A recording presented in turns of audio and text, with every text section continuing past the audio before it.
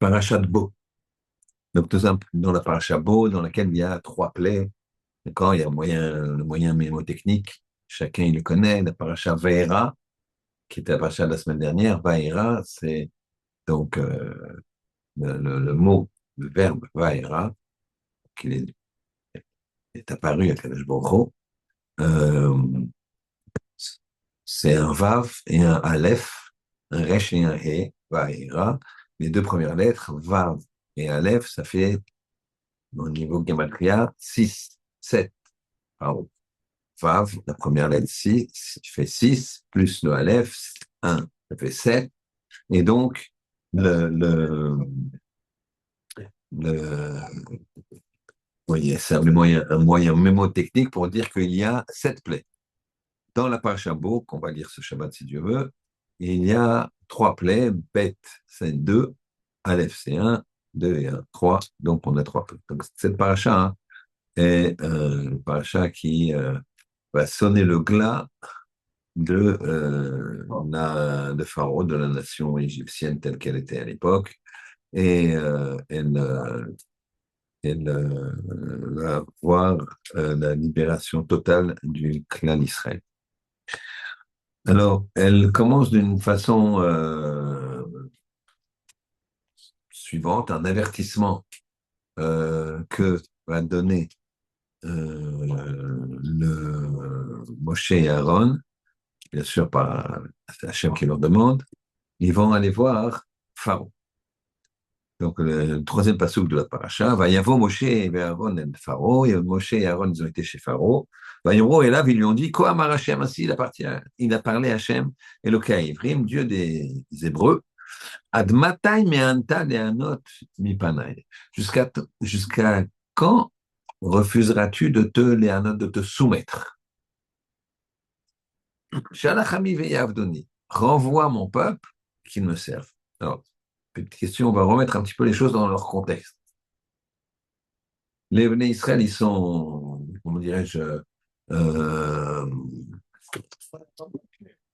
prisonniers, esclaves depuis quasiment 210 ans, avec un esclavage extrêmement dur depuis plus de 80 ans.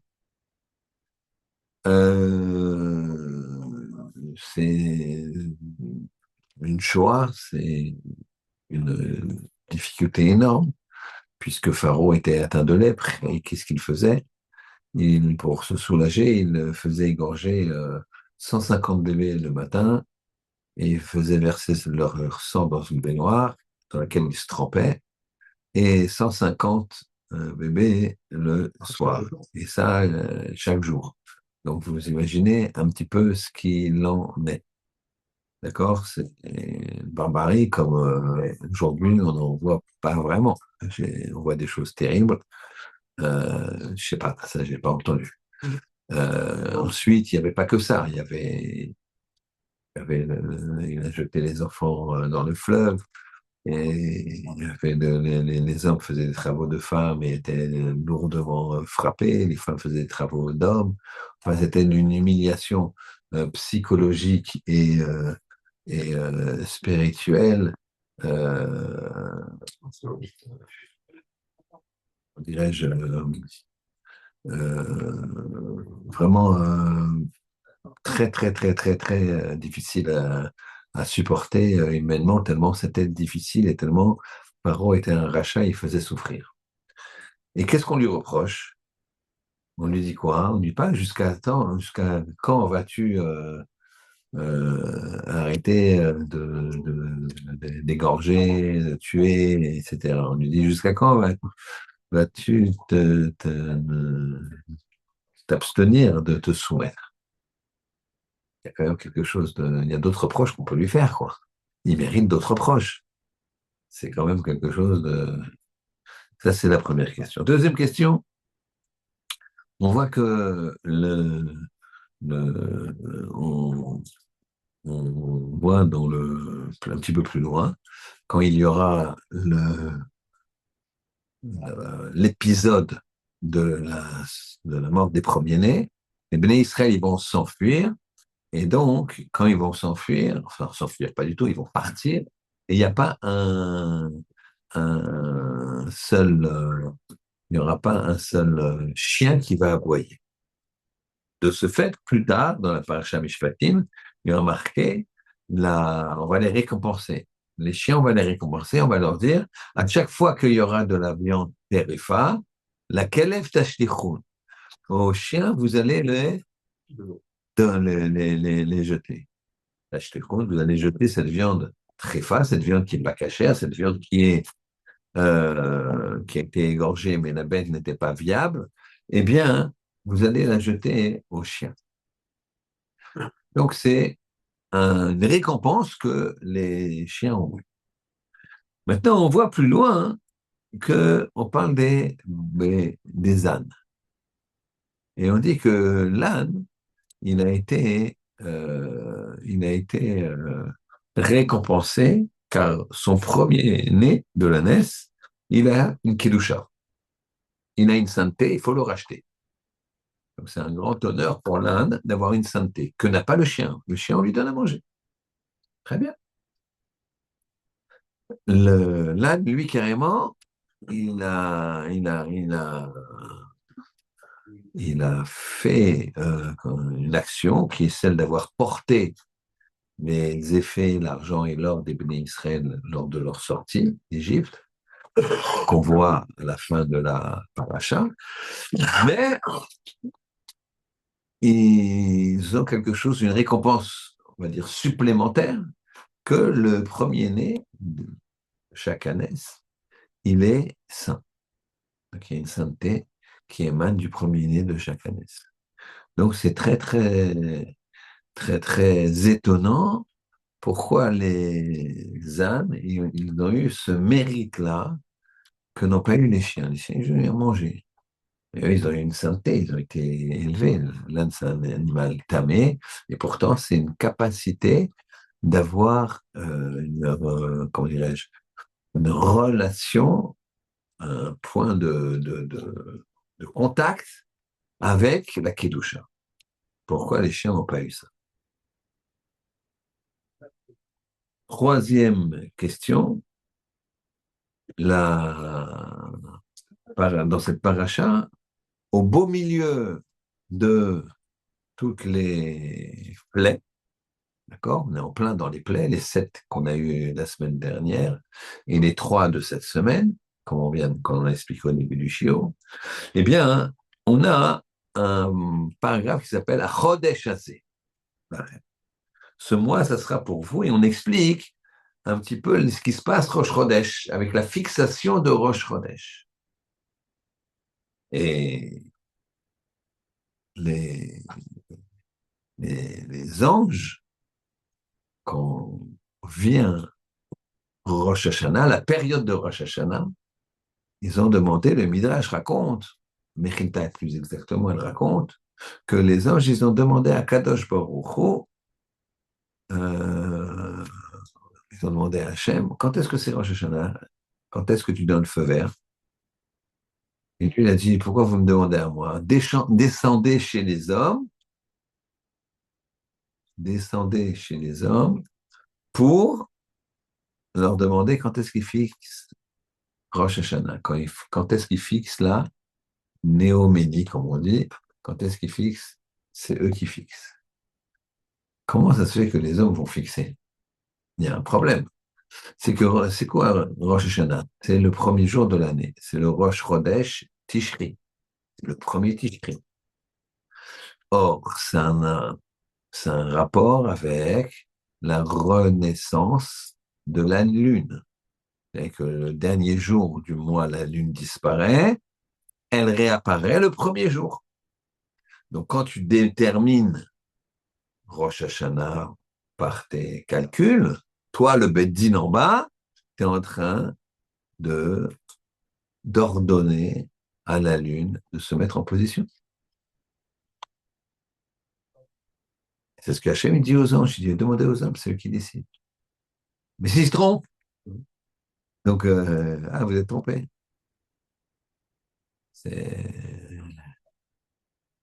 J'ai été semaine dernière au Mexique, la semaine dernière, et donc j'ai visité des des ruines mayas. Et là-bas, hein, il y a des observatoires comme ça, les grands hôtels, comme ça, vous voyez, avec les escaliers. Tout le monde a vu ça. Là, je sais pas, il n'y a pas Les Aventuriers de l'âge perdu ou un truc comme ça, Indiana Jones. Comme je vous dis toujours, ça fait plus de 35 ans que j'ai pas vu de film, donc je suis pas un spécialiste, mais En tout cas, bref. Et donc, il y avait un guide très intéressant et il expliquait qu'ils observaient les étoiles. Alors, pour faire quoi? Je leur demandais pour faire quoi? Je dis non, c'était un usage comme ça d'observer les étoiles. On voit qu'ils prenaient des. Il y a des. Il y a des petits trucs comme ça avec l'encens, etc. Bon, après, c'est très, très barbare hein, ce qu'ils faisaient, puisqu'ils des sacrifices humains, ils prenaient le cœur, et c'est très, très violent. Mais ce qui est très intéressant, c'est que ils avaient, comment dirais-je, une théologie qui est tridimensionnelle. Dans le ciel, avec le soleil, et aussi avec la lune. Ça, c'est déjà un positionnement. Et ensuite, du ciel, on descend sur la terre, et de la terre, on descend au sous-sol. Ils appellent ça l'intramonde. Et c'est ça le but. Nous, le sous-sol, c'est les forces de la Touma. C'était le but. Alors, ce qui est intéressant, c'est que donc, il y avait cette trilogie, on va dire, donc ciel, terre et intramonde qui est sous terre. Et c'est pour ça que beaucoup de hiérographies, beaucoup de dessins qu'ils ont trouvés sur les murs et tout, c'est très intéressant. On voit donc des empereurs, on voit des têtes de jaguars, ils s'appellent ça des totems. Ils ont à chaque fois ou trois ronds dans le dessin, ou ils plantent trois gouttes qui représentent trois graines. Toujours la même chose, les trois mêmes graines. Ciel, terre et intramonde sous-sol. Mais j'ai fait remarquer à un moment, au bout de 2 heures de visite comme ça, que j'ai dit, tiens, celui-là, il n'en a qu'une goutte. Et celui-là, il n'a que deux gouttes, c'est-à-dire qu'il y a une graine et deux graines. Et le guide, qui avait 43 ans, puisque je lui ai demandé son âge, ça fait 30 ans qu'il fait ce métier, enfin 20 ans qu'il se fait ce métier, et elle a dit, c'était une femme, elle a dit, ah ouais, vous avez raison, elle parlait français. Ah oui, vous avez raison. Ah, elle a eu un petit rire nerveux comme ça parce que on avait l'impression qu'elle y croyait, quoi. On sentait plus qu'elle était. Parce qu'il y a des conquistadors, et, les Mexicains, ils ont été surtout conquis par quelqu'un qui s'appelle Cortés, Hernán Cortés. Et je lui dis, comment vous le percevez, Cortés? Sympa, pas sympa? Donc on sentait que. Et après, elle m'a dit qu'elle avait une grand-mère maternelle maya. Donc ça ne m'étonnait pas. Mais comme ça, très facilement, je lui ai montré là. Et je lui ai levé les yeux au ciel, j'ai dit, merci Hachem de nous avoir donné la Torah. Bon. Dommage parce que la Torah, elle est pour eux aussi. Et elle-même, elle s'est rendue compte de l'erreur. Mais ce qui était très bien, il faut apprendre de chaque personne. Et ça, c'était tout à son honneur. Elle me dit merci. Merci de m'avoir montré ça. Ça, je me pose des questions. Merci. C'était pas mal. C'est pas genre, oui, non, bon, ça a dû s'effacer, machin, tout ça. Et bon, on voyait bien que il était bien compact, le hiéroglyphe. Mais bon, bref. Moi, je vous dis ça parce que de tout temps, il y a un rapport avec les astres et de nos jours, même dans les journaux, l'astrologie, l'astronomie, et sous quel signe tu es, les trucs. Ah, j'ai remarqué, les Gémeaux, ils sont comme ci, les Poissons, ils sont comme ça, etc., etc. Donc, là, sans doute ça provient ici de la source ici d'observer le ciel, et que le Beddin décide que c'est Rosh Chodesh. Mais comment on peut avoir un impact aussi important comme c'est Hachem qui nous a donné, certes, mais quel est les événements ou les éléments, le cheminement qui arrive à ce qu'on peut changer le ciel, changer la nature. Donc, c'est toutes ces questions qu'on va essayer de voir à travers le filigrane de cette magnifique paracha, comme toutes les parachutes. Donc, on a parlé d'une première question qui était comment ça se fait qu'on répond à, qu'on dit à Pharaon, jusqu'à quand refuseras-tu de te soumettre? Te soumettre. Jusqu'à quand refuseras-tu de t'arrêter, de persécuter? Bon, il avait déjà arrêté à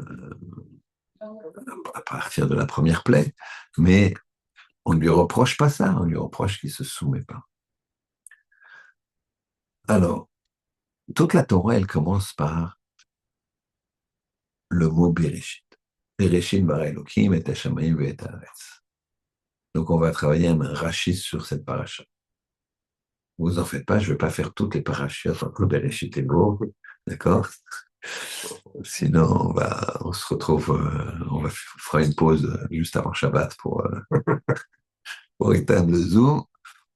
Euh, mais c'est fondamental. Pourquoi je vous ramène ce premier mot Bereshit?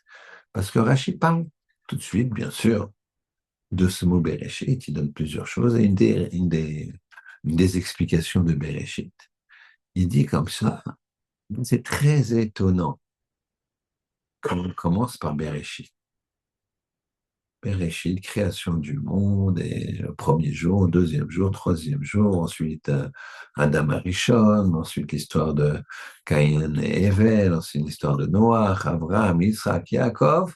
On aurait dû commencer par la paracha Bo, et même pas le début de Bo, l'histoire de... On aurait dû commencer par Achodesh Hazeh, ce mois-là, qui est, vous verrez, qui va tomber comme cheveux sur la soupe, d'accord? Ou comme un pasouk dans la Torah, c'est plus joli, c'est plus adapté. Il va tomber comme ça, Achodesh Hazeh Lachem. Et on va nous dire, on va nous parler du temps. Achodesh Hazeh Lachem, ce mois-ci sera pour vous. Et donc, sanctification du temps, comme on a vu. Rachid dit, mais c'est ça qui nous intéresse. L'histoire. L'histoire, c'est pas un roman, la Torah. C'est pas une histoire, c'est pas une aventure. C'est fabuleux quand tu. Mais c'est pour Cécile B2000 ou Spielberg, ou je sais pas, il y a un nouveau Prince d'Égypte. D'accord? Ils ont bien exploité. Mais c'est pas pour nous, c'est pas ça. Pour nous, c'est Chodesh Hazelachem, sanctification du temps. Comment on sanctifie le temps? Eh bien, on y va, les mitzvot, c'est la première mitzvah de la Torah, hein, ordonnée au peuple. Chodesh Hazelachem, sanctifier le temps. La Torah aurait dû commencer comme ça. C'est-à-dire que là, on est au cœur, on est comment dirais-je, un tournant, une intersection, un virage qu'on va prendre fondamental dans la perception de la Torah parlante. Là, maintenant, c'est Tachles. On va commencer dans la Torah, commencer à donner les lois, à donner tout ça. Et on va faire le lien avec la première question. Qu'est-ce qu'il faut pour la Torah? Qu'est-ce qu'il faut pour étudier la Torah? Dans la Gemara Ta'anit, on dit que pourquoi la Torah, elle est comparée à des liquides, comme l'eau, le lait, le miel. Pourquoi? Parce que de la même façon que le liquide, il s'écoule de haut en bas, alors la Torah, elle s'écoule aussi de haut en bas, c'est-à-dire, c'est pas de Dieu à nous, c'est elle s'écoule de haut à quelqu'un qui se met bas, quelqu'un qui est modeste. Moshe, sa qualité qui a fait que c'était le dirigeant de toute Israël et un homme comme on n'en parle jamais d'envergure, la Torah témoigne qu'il n'y aurait jamais plus un Moshe comme Moshe, c'est qu'il était un Av Mikoladam. C'était le plus anave de tous les hommes. Il n'y aurait jamais un homme aussi anave, aussi modeste. Et là, c'est ce qu'on reproche à Pharaon. C'est pour qu'on lui dise, jusqu'à quand refuseras-tu de te soumettre? Qu'est-ce qui fait que Pharaon ne se soumet pas? C'est l'ego. Je veux pas, je ne ferai pas. Souvent, les gens, même dans les shalom bayit, il y a un couple qu'il faut aider un petit peu à communiquer, parce que c'est souvent une question de communication. S'il m'avait demandé gentiment, je l'aurais fait, mais pas sur ce temps. Vous comprenez, monsieur Rabbin? Et je suis pas rabbin, c'est pas un métier pour un juif, mais je veux bien vous aider quand même. D'accord? Pareil, elle me le demande trop sec. Ça ne veut pas. Si c'était sous une autre forme, vous voyez bien que c'est une question d'ego. Ah, donc c'est pas une question de le faire ou de ne pas le faire. Non, je l'aurais fait mais avec joie, mais pas sur ce ton quand même. Mais il y a une autre solution. Et tu le fais en disant, ça aurait été aussi bien si tu m'avais demandé gentiment, mais t'en fais pas, je vais le faire. Et là, toute l'intensité va baisser. Mais l'ego fait que, mais tu plaisantes ou quoi? Tu m'as pris pour qui? Je suis ton là-bas. Et là, ça part en. Donc c'est l'ego. Donc c'est ça le principe. On a un combat perpétuel entre l'ego et la anava, la gava, la prétention et la anava. Et souvent, il y a des réflexions qui se font. Vous verrez quand vous allez vous-même essayer d'arbitrer un conflit entre deux copains. Il dira, non, mais bon, vas-y, serre-lui la main, mais je suis pas un pigeon. Je vais pas, je vais avoir une fois, mais c'est bon, ça y est. Je ne vais pas rester. C'est pas si, ça fait pas si longtemps, ça fait 15 ans que je. Ah oui, non, ça fait pas si longtemps. Une fois, les gens, c'est 15 ans, terminé, fini. Je ne sais plus une fois. Alors que c'est quoi sur un détail? C'est l'ego de l'un, l'ego de l'autre. Il suffit qu'il y en a un qui dise, bon, allez, ils croient, ils croient les gens que c'est un signe de faiblesse. Et Pharaon, il croit que c'est un signe de faiblesse. De dire, bon, j'ai perdu là, j'ai trop fort en face. Bon, alors je baisse la tête. Il veut pas. Ça, c'est l'ego. Il baisse pas. Il préfère mourir, mais il baisse pas.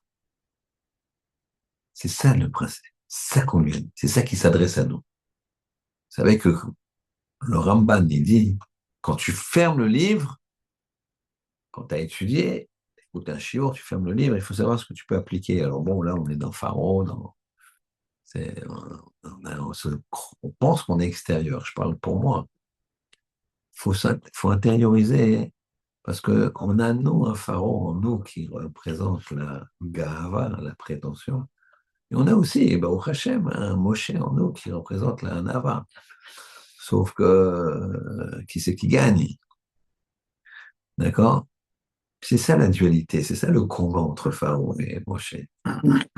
Pharaon, il joue pour lui, il est égoïste, et il y a que la Gahava qui fait. La Gahava. Il raisonne en fonction de son pouvoir, de lui, je veux gagner. Moshe, c'est le contraire. C'est le contraire. Lui, il fait que pour le clan d'Israël, que par amour pour Hachem. Lui, il n'existe pas.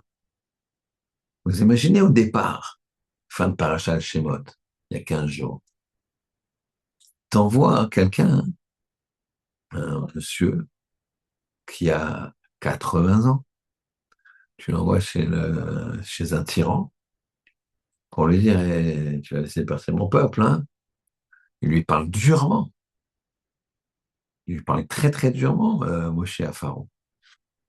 Alors effectivement, il y a quelques miracles qui sont impressionnants puisqu'il y avait des bêtes sauvages, il y avait des gardes de tous les côtés, vous imaginez, d'accord? Euh, On ne rentrait pas dans le palais de Pharaon comme ça, en marchant tranquille. C'est ce qu'il a fait. Il n'a pas eu besoin de l'aviation et des forces spéciales pour parler à Pharaon. Il n'était pas au Venezuela, Moshe Rabbeinu.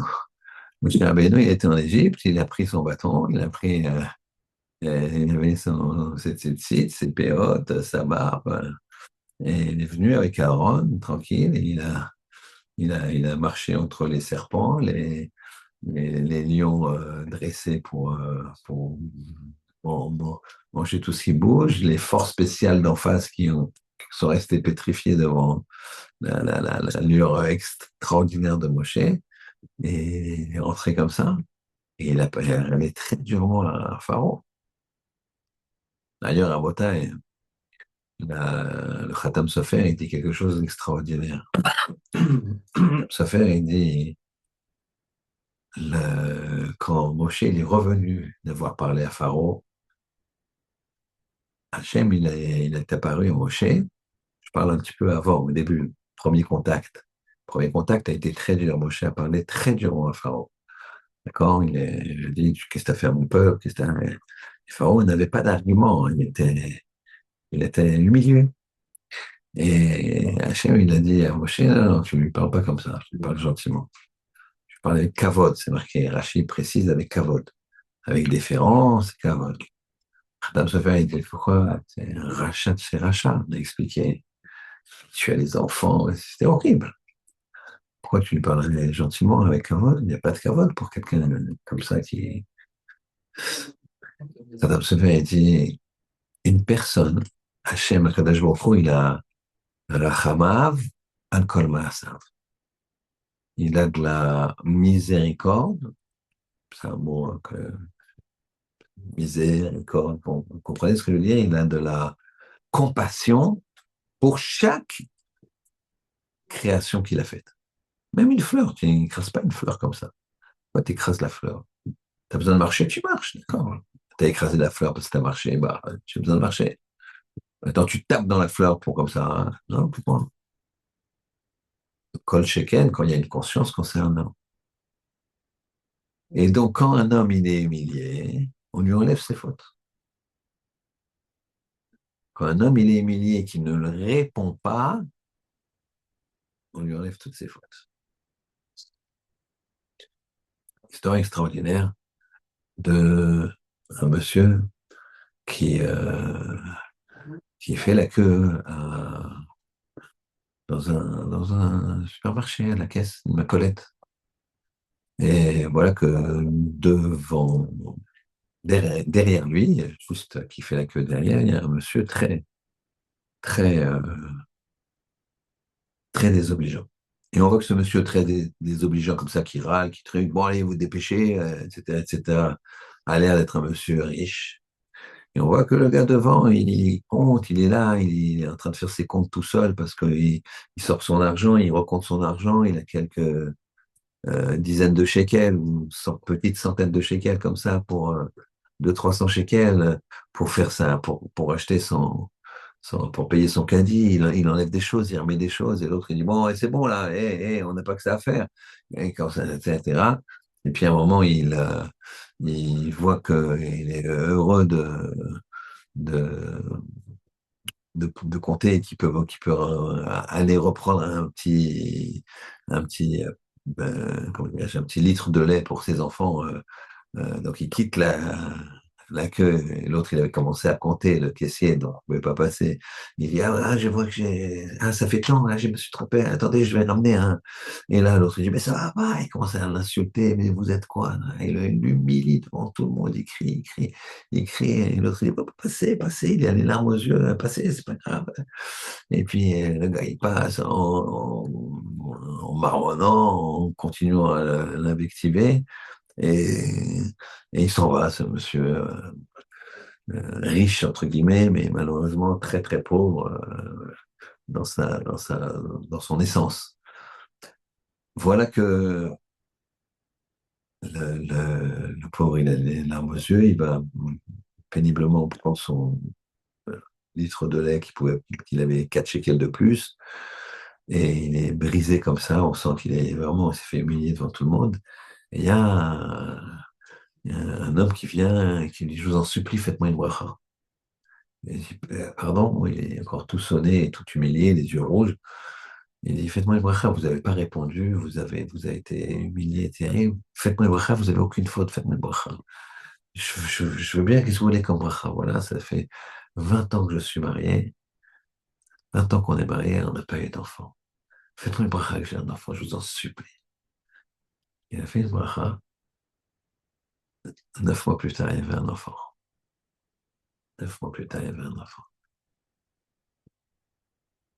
Khatam Sofer, il dit, Hachem, il a dit à Moshe, ne l'humilie pas. Parce que moi, j'ai mis des règles dans ce monde. L'humiliation, moi, j'ai de la peine pour chaque créature. J'ai des systèmes, il payera d'une façon ou d'une autre. Mais il a des possibilités d'effacer ses fautes. Et ça, il ne mérite pas. Mais il a son libre arbitre. Mais c'est pas à toi de lui, c'est son libre arbitre qui doit faire tchouva. Tchouva, c'est la tchouva. Après, quelqu'un qui fait beaucoup des graves fautes, si c'est que vis-à-vis, entre guillemets, que vis-à-vis d'Hachem, ça peut être effacé complètement et même sans punition, sans coup, on va dire. Mais s'il faute vis-à-vis des hommes, ça va être compliqué. Parce que là, c'est Hachem, il peut pardonner, mais il y a l'autre. Donc, Moshe, Hachem, il a dit à Moshe, parle-lui bien, parle-lui avec déférence, ne l'humilie pas. Parce que si tu l'humilies, ces fautes, elles vont, beaucoup de fautes qui vont s'effacer, je veux pas. On voit ici le, la capacité d'un homme à se changer. Donc ici, Pharaon, il n'a pas voulu. Il n'a pas voulu se changer. Et donc, il s'est resté dans sa gave. On voit le premier point, c'est quoi? C'est de faire attention à son ego. Faire attention à son ego. Il faut bien, bien penser qu'on n'est rien. On est né de rien. On va finir après 120 ans. D'accord? En bonne santé mentale et physique. Et, mais à un moment, on va finir comme on finit, quoi, on connaît. D'accord? Ça se voit, ça se voit. Quel que soit l'âge, d'abord, il y a une petite ride qui apparaît, un petit poil blanc, ça vient à tout le monde. D'accord? Il y a des âges où on n'est pas, etc. Et puis, le monde est fait comme ça. Et nous, ce qu'il faut, c'est rester jeune et progresser dans la Torah et la Kedusha. Mais en tout cas, il faut avoir une anava. Tu ne peux pas te prendre pour le patron, sachant que il y a un moment, le gars, il a un peu de mal à marcher, il a un peu de ceci, un peu de cela. La Torah, elle dit qu'il y a un moment, on est comme sorti du monde. Personnes très âgées qui sont dépendantes, etc. Elles vivent, mais elles sont sorties du monde par rapport à l'importance qu'elles peuvent jouer sur le monde, sauf si c'est des gens de Torah. Les gens de Torah, ils comptent encore plus. Parce qu'ils ont le recul, ils ont la sagesse, etc. Au dernier moment, même si physiquement, ça, ça diminue. Mais quand tu as la Torah et que la tête est là, eh ben, les gens viennent prendre conseil, les gens ils viennent, ils font la queue. Après, Kanievski, 90 ans, 92 ans, les gens ils faisaient la queue jusqu'au dernier moment pour prendre des conseils des États-Unis et du monde entier. Donc, c'est pas. Donc, première chose, il faut bien travailler ces points-là. Regarde quand tu réagis, quand tu ne veux pas te baisser la tête, quand il y a des réactions dans ton travail, dans ton avenir, dans ta famille, dans tes projets. Regarde si c'est quelle partie de Gava il y a et quelle partie de Hanava, quelle partie de prétention il y a, quelle partie de modestie. Il faut travailler ça beaucoup, beaucoup. Il faut expulser la Gava de soi-même et avoir beaucoup de Hanava. D'accord? Et parfois des gens qui sont comment dirais-je, un peu déprimés parce que ils n'ont pas, hein, c'est le paradoxe, ils estiment ne pas avoir réussi leur vie. Il y a des gens comme ça. Et donc, ils sont déprimés. Mais même ça, c'est de la gave. J'aurais aimé, j'aurais dû. Et donc, et ça, c'est de la gave.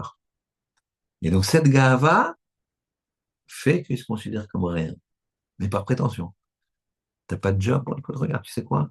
Tu peux avoir un bon petit truc, mais bon, il faut surveiller le magasin et ranger un peu les choses, ouvrir et fermer. Attends, c'est préborqué. J'ai refusé des trucs bien mieux que ça. Non, mais c'est au lieu de végéter, et au lieu de galérer, de pointer au chômage, vous allez toucher ça, c'est quand même bien et tout. Non, mais c'est pas de mon. C'est-à-dire que la personne avec sa gava, finalement, elle reste plus bas et elle déprime à cause de ça. J'ai vu ça plusieurs fois. Des gens qui n'ont pas confiance en eux, mais à cause de leur gava. Paradoxal, mais c'est comme ça. Donc tout vient de là. Tout vient de là. Quand tu travailles, tu as un avat, tu es au retour. Tu jalouses pas l'autre. Tu es bien à ta place. Tu es au fond de la chose, bah, quel problème? Je suis bien, j'entends bien, je suis bien, je suis tranquille. Il y a des avantages partout. Ah, il y a un peu plus de lumière. Je suis près de la fenêtre.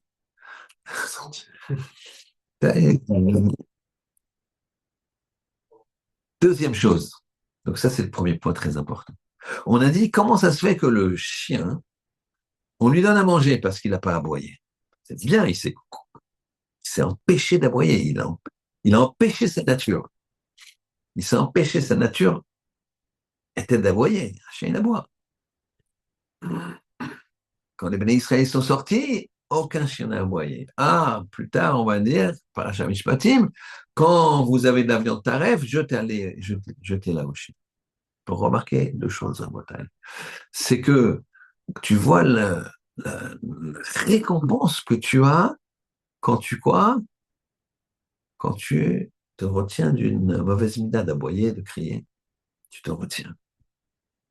Et c'est pas seulement ça, c'est qu'elle va à travers toutes les générations. C'est pas toi seulement qui va avoir le beefsteak quand la bête, elle sera taref. C'est tes enfants, tes petits-enfants, tes petits-enfants. Tous les chiens du monde, c'est la lacha. Elle s'applique à eux. Donc, parce que les chiens de cette génération, ils se sont tus, alors, donc c'est extraordinaire. Mais l'Inde, c'est beaucoup mieux. L'Inde, c'est beaucoup mieux.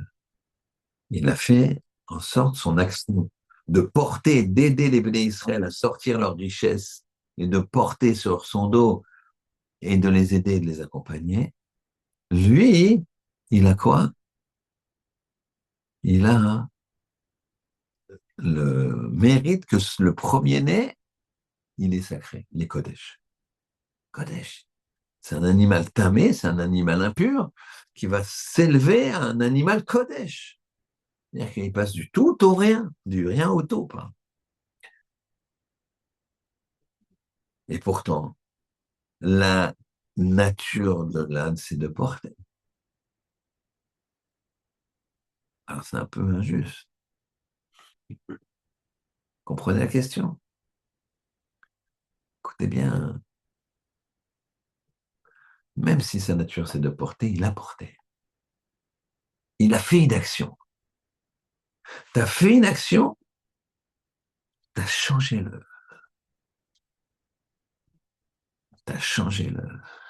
le cours des choses. Tu as changé.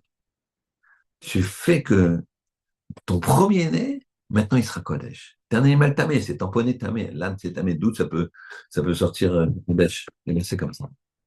Peter Echem doit racheter le premier-né de l'ânesse, de chaque ânesse, parce que il est Kodesh. C'est-à-dire que tu changes de nature par ton action. Pas une femme. Elle était une femme veuve, 7, 8 enfants comme ça. Elle vit dans un appartement, vous imaginez l'état de l'appartement, après plusieurs années de veuvage, Et elle a une fuite. Évidemment, ça fuite partout, elle a une fuite. Qu'est-ce qu'elle peut faire? Elle met des chiffons, des machins, elle fait une fuite. Bon, elle appelle un plombier. Le plombier, il vient, si religieux comme ça, sympathique. Il regarde la maison, il voit l'état et il lui explique, et votre mari n'a pas de mari, il a beaucoup de peine. Bah, qu'est-ce qu'il fait? Il répare et puis il lui dit, vous savez, madame, vous n'avez pas fait une démarche à la mairie pour rénover votre appartement? Elle lui dit, non. Pourquoi? Vous n'êtes pas au courant des plans de rénovation des quartiers défavorisés? Non. Bah, écoutez, je vois que vos enfants, ils sont jeunes, ils sont très jeunes, là. Bah oui, il est né il y a 15 ans, et que vous êtes débordé. Je vais essayer de me renseigner, vous monter un dossier. C'est quoi votre identité? Tac, il prend quelques renseignements, il note. 15 jours après, frappe à la porte, il arrive, ils sont cinq, six personnes. Il dit, madame, voilà, on va prendre les mesures, les machins, les trucs. Est-ce que vous pouvez vous faire héberger quelque part pendant quelque temps? Parce que votre dossier a été accepté à la mairie et tout, et vous n'avez pas un sou à donner, tout va être remis à neuf. Elle est folle de joie, elle se dit, je sais pas, il faut que je vois, etc. Finalement, elle trouve une solution. Et elle dit, ouais, vous revenez 3 semaines, il faut trois semaines, et on va tout refaire. Et tout est refait. Tout est refait. Elle le bénit, elle dit, vous êtes monsieur fantastique, bénissez la mairie, allez voir le maire, votez pour lui. Moi, j'ai pris mon billet, madame, hein. C'est gratuit pour vous, c'est pas gratuit pour la mairie. Nous, on est très bien. Les années passent et ce plombier, avec son argent, il a acheté une maison avec un grand terrain. Et sa femme lui dit, pourquoi t'achètes un grand terrain? Parce que tu vois, la maison qu'on a pu acheter, c'est une maison un peu rikiki, quoi. Mon rêve, c'est de la détruire et de construire une belle maison et tout. Ouais, dis-moi, c'est 20 ans plus tard, quoi. Euh, on fait, on n'a déjà pas payé encore la Mashkanta, le crédit de cette petite maison, avec le grand terrain que tu nous as fait acheter, parce que il y a ton rêve d'avoir une belle et grande maison, mais bon, il dit, ouais, bon. Et dans ses rêves, tout ça, il commence à se dire, je vais faire une étude de marché, parce que lui, il sait construire de ses mains propres, il sait faire la plomberie, l'électricité, maçonnerie, il peut la construire seul, la maison, quasiment. Et il va dans je sais pas, forme du bâtiment, les choses comme ça, d'accord, à l'israélienne, et il fait des devis pour voir, quoi. Sa femme lui dit, mais qu'est-ce que tu perds ton temps? Il arrive avec un devis, un deuxième devis. Sa femme lui dit, mais je comprends pas. T'as vu la somme?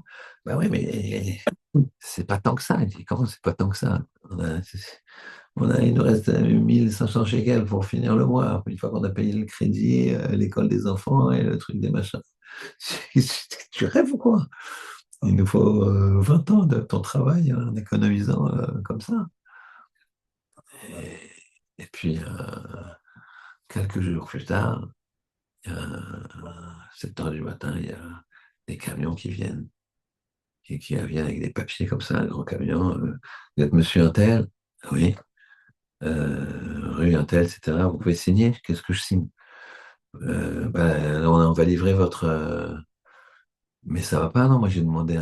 Il regarde, forme du bâtiment, enfin, le mec, il regarde, il reconnaît le devis qu'il a demandé, mais j'ai demandé un devis. Moi, j'ai demandé. Écoutez, monsieur, moi, je livre, hein, je suis là pour livrer, hein. Mais, mais c'est une erreur. Je peux pas, j'ai pas l'argent, j'ai pas le truc, je sais pas. C'est pas, vous n'avez pas l'argent, c'est étonnant. Nous, on livre que quand c'est payé, mais je fais mon boulot, monsieur. J'ai l'adresse chez le machin, je truc, il livre. Le gars, il a dit, ah, arrêtez, truc. Il prend le truc, il voit que c'est une facture, il voit acquitter dessus, il comprend pas. tac, il va là-bas et il dit, je peux voir le patron, je peux voir le patron. Monsieur le patron, on ne le dérange pas comme ça. Non, je veux le voir. Et il écrit un peu, etc. Il y a le directeur commercial qui arrive. Qu'est-ce que vous voulez, monsieur? Ah, c'est quoi? Je sais pas, ouais, monsieur. Vous avez payé? Non, j'ai pas payé. C'est quoi ça? Et vous allez me demander, etc. Bon, ouais, finalement, allez voir le patron. Il arrive, le patron, et le patron, il arrive. Il dit, ah, monsieur Intel, ça fait 25 ans que j'attends de faire, de vous revoir. Pardon? Il dit, mais qu'est-ce qui se passe? C'est quoi? Moi, j'ai demandé un devis, c'est du vol. Non, non, c'est pas du vol, c'est à vous. Je dis, mais je comprends pas. Vous n'avez pas entendu parler de la politique de construction de la mairie, des beaux bâtiments? Il a dit, moi, j'étais un enfant de 15 ans. C'est peut-être 25 ans plus tard, 40 ans. Et j'ai pas cru, moi. Israélien, c'est le petit malin, quoi. Et j'ai senti un truc bizarre. J'étais à la mairie, et je me suis dit, voilà, j'habite tel quartier. J'ai fait comme si je faisais une demande. J'ai juste dit le, le numéro de rue d'à côté, qui est dans le même hôtel, quoi. Et on me dit, ah non, on aimerait bien, jeune homme, on aimerait bien que la mairie fasse ça, mais tu sais, nous aussi, on a besoin de subventions, on a besoin de ceci. Enfin, on ne pourrait pas, hein, t'imagines, si on faisait ça pour tout le monde. Et ça fait longtemps que j'attends ça. C'est-à-dire que cet homme-là, il n'aurait jamais eu de maison. Jamais. Maintenant, qu'est-ce qu'il a fait? Il a fait une action. Il a fait quelque chose. Ben, l'âne, c'est pareil. L'âne, il a fait une action. Le chien, il n'a pas fait d'action. Il n'a pas fait la mauvaise action d'aboyer. Magnifique. Je te donne à manger.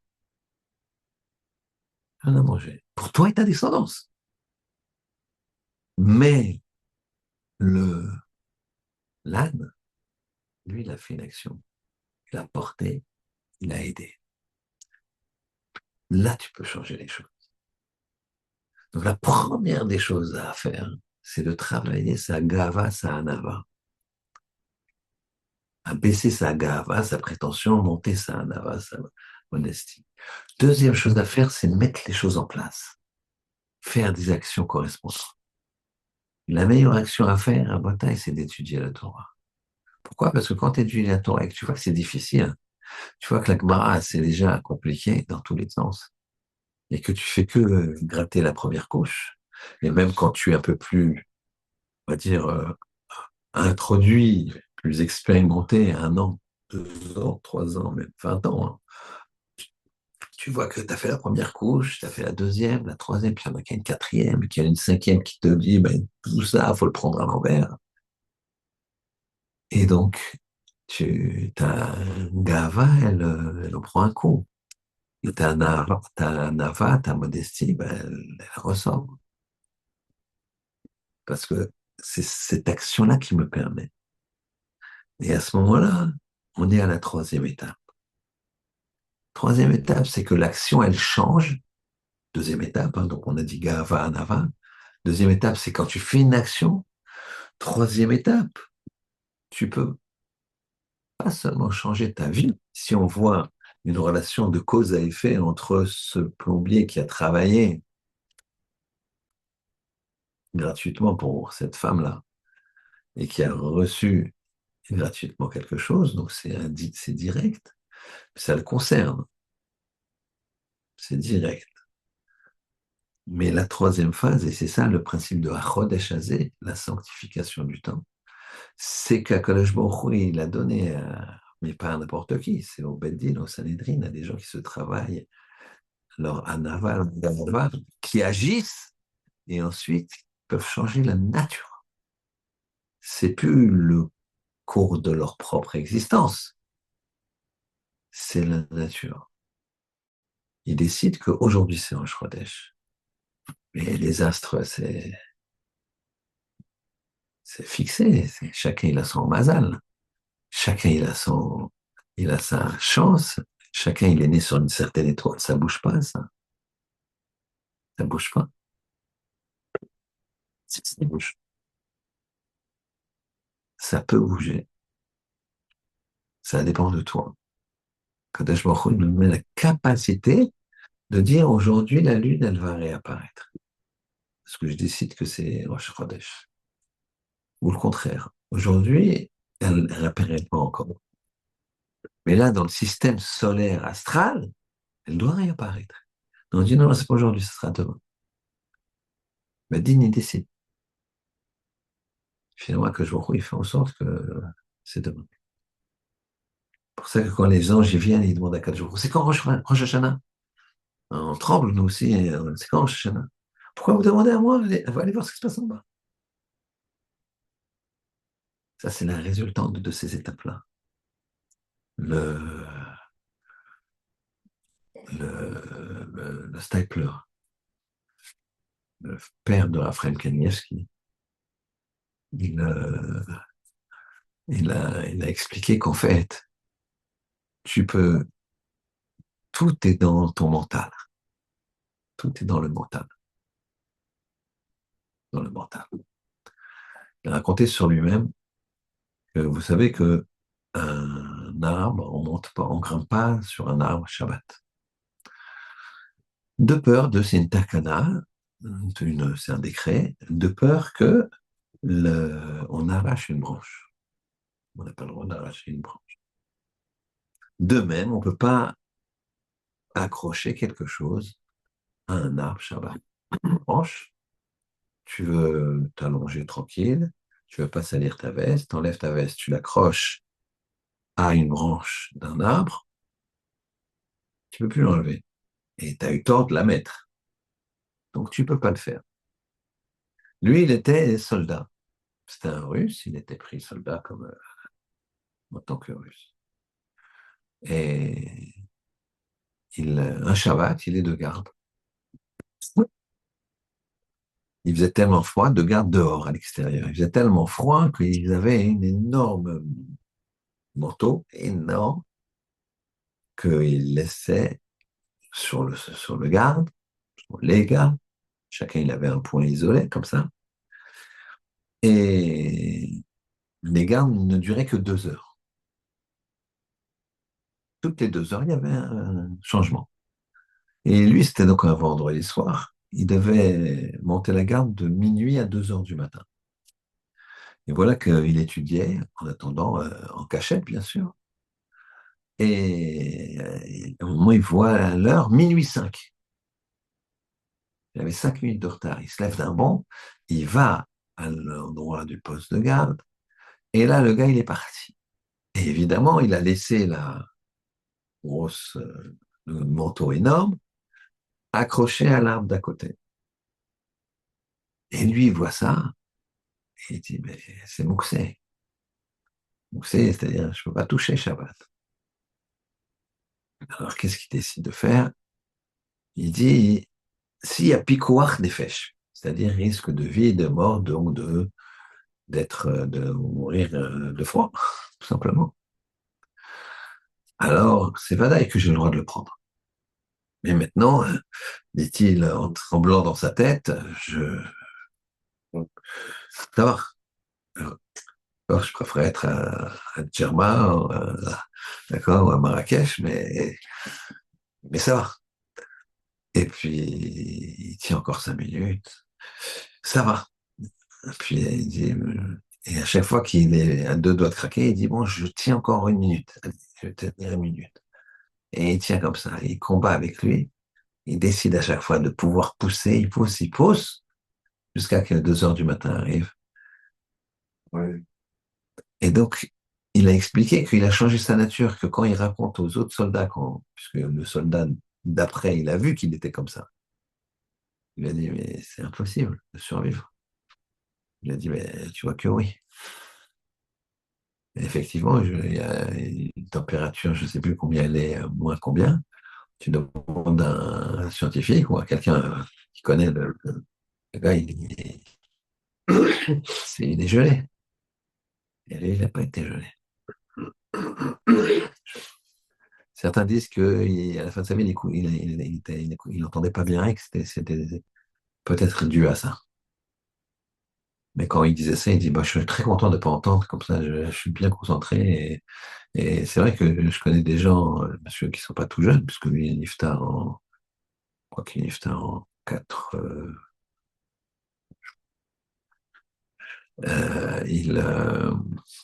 Il, fallait crier pour lui parler, il fallait lui parler fort, quoi. Il fallait parler fort. Et il a pu, enfin, témoin vivant, soldats russes qui témoignent, soldats goy russes qui témoignent que c'est pas possible. Et il sait très bien qu'il n'a pas pipoté, quoi. Il l'a pas mis juste 5 minutes avant qu'il arrive, il l'a pas osé comme ça. C'est très bien que c'est une raison religieuse qu'il l'a pas mis. Eh bien, ça, hein, c'est c'est la force inouïe de ce qu'on peut avoir dans la tête. Donc en fait, vous avez plusieurs étapes à Bretagne. La première étape, c'est de faire très attention à sa modestie et, et, et, et lutter contre sa prétention. C'est ça qu'il nous faut faire, les faux choix, les fausses réflexions, les aigreurs, les remords, les ambitions mal positionnées, même dans le couple, parents, enfants, enfants-parents, associés, employés, tout ça, c'est la gava. Il faut travailler ça, Nava. Après, faut avoir une action. Une action, t'étudies la Torah. T'étudies, tu te remplis de Torah, tu te remplis de Kedusha, de sainteté. Et après, tu verras que les choses, elles vont. Je veux dire, c'est impossible. Comment j'ai pu investir là alors que je regardais là, je me suis trompé, j'ai truqué, c'est ça qui a marché. Je me dis, bon, ça y est, j'ai passé l'âge, je ne trouverai plus à me marier. Et tout d'un coup, mais voilà, je me lève, je vais à la choule quand même ce jour-là. Paf, il tombe sur Madame Bouzaglo qui lui dit, ah, c'est ma petite nièce qui est venue de Djerba. Et voilà le schéma. Les midotes, modestie, l'action, le nimoun, la Torah, et après, tu vas voir que tu pourras, avec dans le système autour de toi, tu verras des miracles venir, tu verras des choses incroyables, tu verras une sérénité s'installer. Shabbat shalom. Shabbat shalom.